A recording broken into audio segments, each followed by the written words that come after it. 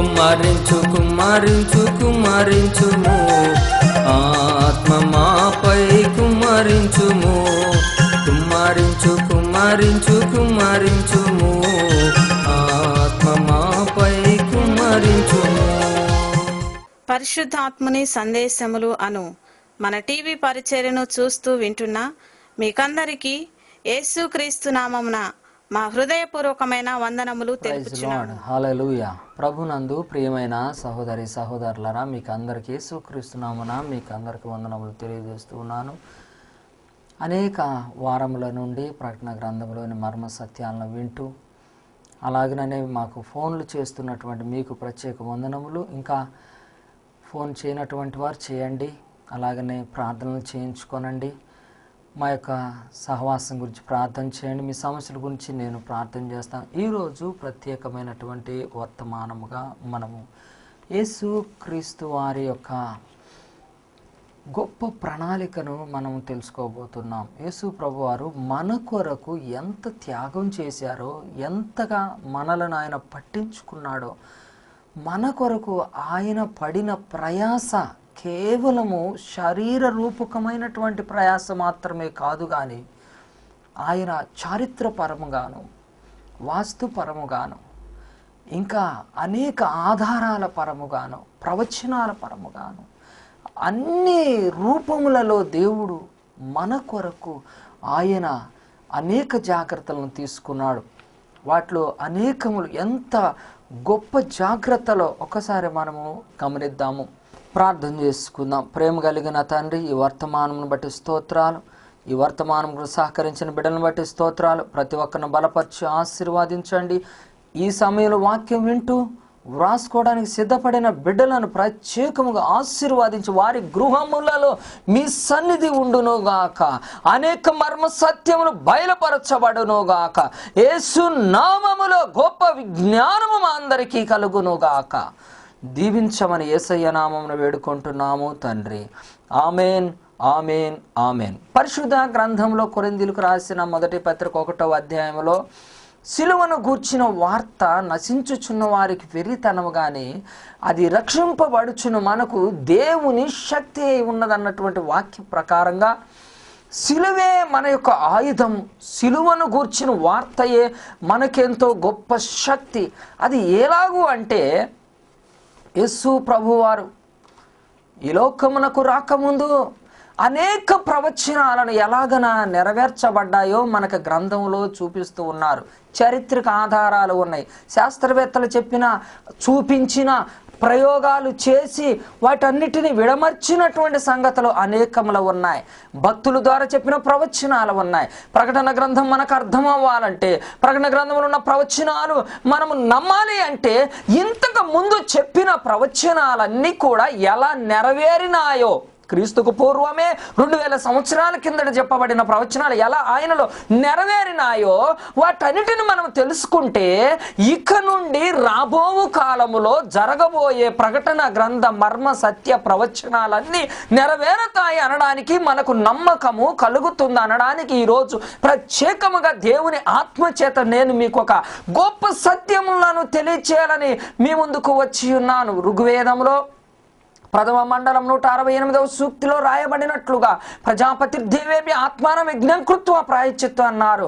అనగా అక్కడ అజామేధ యజ్ఞమును గురించి రాయబడి ఉన్నది. అజామేధ యజ్ఞము అనగా ఇదిగో ప్రియ దేవుని బిడ్డలారా, ఒక గొర్రెను తీసుకురావాలి, లేక మేకను తీసుకురావాలి, దాని తలపైన బలుసుకంప కిరీటము పెట్టాలి, అలాగే దాని పైన పట్టు వస్త్రములు వేయాలి, ఆ తర్వాత దాన్ని ఊరంతా ఊరేగించాలి, ఆ తర్వాత ఒక చెక్కబల్ల మీద పండబెట్టి 4 కాళ్ళలో 4 మేకులు కొట్టాలి, అది మేమే అని అరుస్తుండగా నోటిలో విషాన్ని పోయాలి, అది ఏ రీతిగా అయితే విలవిలలాడుతూ చచ్చిపోయిందో ఆ తరువాత దాని ప్రక్కలో ఒక త్రిశూలం పెట్టి గుచ్చాలి, అప్పుడు రక్తము నీరు కారి వస్తూ ఉంటుంది. అప్పుడు దాని యొక్క పట్టు వస్త్రాలను అక్కడ ఉన్నటువంటి ఋత్వికులు చుట్లు వేసి పంచుకోవాలి. అది ఎవరి పేరు మీద అయితే వస్తుందో ఆయన ఆ రోజు ఒక ఉపదేశము చేయాలి. ఆ ఉపదేశ సారాంశం ఏమనగా, అయ్యా ప్రియా దేవుని బిడ్డలారా, సహోదరి సహోదరులారా, ఈ మేకను లేక ఈ గొర్రెను మనం ఈ రీతిగా చంపగలిగాము, కానీ దీన్ని బ్రతికించలేకపోతున్నాం. కానీ అతి త్వరలో రాబోతున్న కాలంలో చత్వార శృంగ త్రయోశ్యపాత శీర్ష సప్తాహస్తశో త్రిదాబద్ధ వృషభరోరవితి మహదేవో మర్త్యజ్ఞం అనగా మహాదేవుడు మర్త్యమైన శరీరమును ధరించుకొని మానవ రూపములు ఈ భూలోకానికి వచ్చి శిరస్సు పైన కిరీటమును, ముళ్ళ కిరీటమును ధరిస్తాడు. ఆయన వస్త్రాన్ని చీట్లు వేసి పంచుకుంటారు. ఆయన యొక్క నోటికి దాహం అన్నప్పుడు విషయాన్ని ఇస్తారు. ఆయన 2 చేతులు 2 కాళ్ళను చెక్కబల మీద మేకులు వేసి కొడతారు. ఆయన అంగీని చీట్లు వేసి పంచుకుంటారు. చనిపోయాడో లేదోనని ప్రక్కలో బళ్ళెం పెట్టి పొడుస్తారు. కానీ ఆయన తిరిగి కొద్ది రోజులకే తిరిగి సజీవుడుగా కనబడతాడు. ఈ లక్షణాలు, ఈ కార్యము, ఈ ప్రవచన సంభవాలు ఏ నరుణ్ణిలో కనబడతాయో ఆయనే దేవుడు అని ఋగ్వేదము సామవేద సారాంశాలండి. అంటే దేవుడు తన బిడ్డలు అందరినీ ప్రేమించాడు. దేశముతో ఆయనకు సంబంధం లేదు, ప్రాంతీయ భేదములు ఆయనకు లేవు, భాషా భేదములు, అందరూ ఆయనకు కావలసిన వారు గనుక, అనగా అందరికీ ఆయన తండ్రి గనుక మనమందరం ఆయన పిల్లలము గనుక ఆయన ఆ రీతిగా ఆ వేద గ్రంథాల నుండి సత్యం చెప్పారు. అంతేకాదు మన పరిశుద్ధ బైబిలు గ్రంథముల్లోనూ 22వ కీర్తనలోను, 39వ కీర్తనలోను, 45వ కీర్తనలోను, 53 యెషయా గ్రంథములోను, ఇంకా మీకా గ్రంథములోను, జకరియా గ్రంథములోను, అనేక గ్రంథాల్లోని ప్రవచనాలన్నీ కూడా సిలువలో నెరవేరినాయి. అసలు ఎంత అద్భుతమైనటువంటి సిలువ చరిత్ర అంటే, మన కొరకు దేవుడు ప్రతి త్యాగాన్ని చేశాడు. ఎంత గొప్ప త్యాగము! ఆ ప్రవచనాల నెరవేర్పులు చూస్తుంటే చాలా ఆశ్చర్యకరంగా ఉంటాయి. ఈ లోకములో అలాంటి అజామేధ యజ్ఞాన్ని నెరవేర్చినది, ఆ నెరవేర్పు కలిగినది ఒక యేసు ప్రభువులోనే అనడానికి ఎన్ని ఆధారాలు ఉన్నాయో నేను మీకు తెలియచేయబోచున్నాను. నిర్గమకాండం 21వ అధ్యాయమును చొప్పున, జకర్యా గ్రంథం 11వ అధ్యాయము చొప్పున యేసు ప్రభువుని 30 వెండి నాణ్యములకు యూదా అమ్ముకున్నాడు. అనగా పట్టిస్తానని యేసు ప్రభువు వారిని పట్టిస్తానని అనాసు కైఫాల దగ్గర డబ్బులు తీసుకున్నాడు. 30 వెండి నాణ్యాలు అంటే ఈరోజు మన డబ్బుల ప్రకారం 18,000 రూపాయలు. అనగా నిర్గమకాండం 21వ అధ్యాయము ప్రకారముగా ఒక బానిస వెల, అనగా బానిసగా ఒక దాసుడుగా యేసుక్రీస్తు వారు తనను తాను రిక్తునిగా చేసుకున్నాడని ఫిలిప్పీలకు రాసిన పత్రిక 2వ అధ్యాయము 6వ వచనములో చెప్పబడినది. అది జకర్యా గ్రంథములో చెప్పినట్లుగా అక్షరాల యూదా ఇస్కరియోతు ప్రభువుని 30 వెండి నాణ్యాలకు అమ్ముకున్నాడు. అంతేకాదండి, పస్కా అనేటువంటి ఆ పండుగ రోజున, అనగా ఇదిగో 6 గంటలకు నుండి సాయంత్రం 6 గంటల నుండి మరలా సాయంత్రం 6 గంటల వరకు పస్కా అనే ఒక రోజు వారికి ఉన్నది.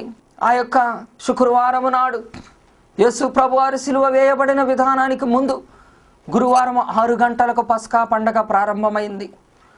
ఆ పండగ రోజున యేసు ప్రభువారు ఒక గొర్రె పిల్లను వధించి ఆహారమును భుజిస్తూ పస్కా పండుగను ఆచరిస్తూ, ఇదిగో మీ కొరకు నా శరీరము, నిర్గమకాండం 12వ అధ్యాయంలో చెప్పబడిన ఆ పస్కా పశువును నేనే, ఇది నా రక్తము, ఇది నా శరీరం, పరలోకులు మరలా నేను భుజించేంత వరకు నేను ఇక తినను. ఇది క్రీస్తును మన పస్కా పశువు వధించబడినని కొరింథీయులకు రాసిన పత్రిక 1వ పత్రికలో పౌలు గారు తెలియజేశారు 5వ అధ్యాయంలో. ఆ పస్కా పశువే యేసుక్రీస్తు ప్రభువారని, ఆయనే పస్కా రోజునే బలి అవ్వడం వలన మనందరికీ రక్షణ అనే ఒక ప్రవచనం ఎలా నెరవేరిందో, అప్పటికప్పుడు గురువారం రాత్రి ప్రభువారిని పట్టుకొని అదే రోజున సిలువ శిక్ష వేశారు. చరిత్రలో ఏ మానవుడికి కూడా ఒక ఉరి శిక్ష కానీ ఏదైనా సరే పట్టుకున్న రోజున వేసిన దాఖలాలు ఇప్పటికీ లేవు, కానీ యేసుక్రీస్తు వారికి మాత్రం అలా వేయటం జరిగింది. కారణం, పస్కా పశువుగా ఆయన బలి అవుతాడనేటువంటి ఋగ్వేదములోని అజామేధ యజ్ఞ సారాంశము, నిర్గమాకాండములోని 12వ అధ్యాయ సారాంశము, నిర్గమాకాండములు 21వ అధ్యాయపు సారాంశము, తరతరములు ప్రియా దేవుని బిడ్డలారా, ఆ పస్కా పండుగ రోజున యెరూషలేములో ప్రజలు 2,56,500 గొర్రెలను మేకలను వధిస్తారండి. కెద్రోన్ అనేటువంటి వాగు రక్తముతో నింపబడి ఉంటుంది ఆ పండుగ రోజున. యేసు ప్రభువారు ఇదిగో మీలో ఒకడు నన్ను అప్పగించబోతున్నాడని చెప్పాడు. నాతో పాటు చేయి ముంచు వాడు అప్పగిస్తున్నాడు అనగా యోధా తెలిసిపోయింది, యోధాకు తెలిసిపోయింది, యోధ వెళ్ళిపోయాడు. శిష్యులందరూ కలవరపడ్డారు, నేనని. ప్రభువారు పస్కా పండుగను ముగించుకొని కెద్రోను వాగును దాటుకుంటూ 3 శిష్యులను తీసుకొని ఆ యొక్క గెత్సేమనే తోటకు, ఒలీవల కొండ దిగువ భాగంలో ఉన్న తోటకు వెళ్తున్నారు.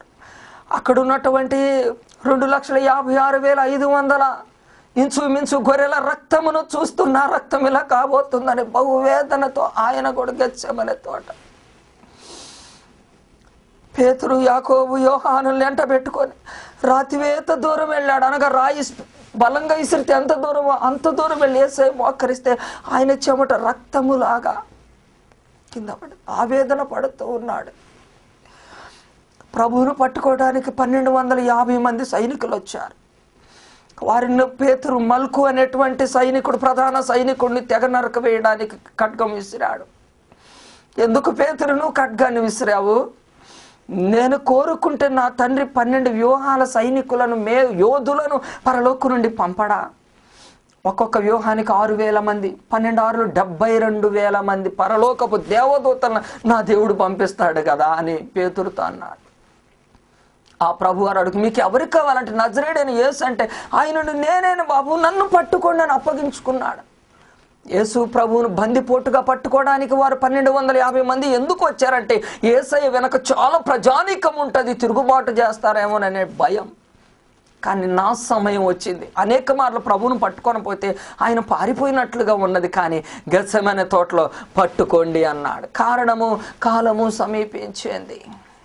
పేతురు గారు కొద్ది సమయానికి ప్రభువారిని తీసుకొని వెళ్ళినప్పుడు, శిష్యులందరూ చెదిరిపోయినప్పుడు పేతురు గారు ఒక్కడే వెంబడించాడు, నా ప్రభుకి ఏం జరుగుతుందోనని. కానీ అక్కడ చూడగానే పేతురు గారు ఆయన ఎవరో నాకు తెలియదని ముమ్మారు అబద్ధం ఆడవలసి వచ్చింది. ఎందుకు వచ్చిందో అది ఒక గొప్ప అంశం ప్రభు చిత్తమైన తర్వాత చెప్తాను.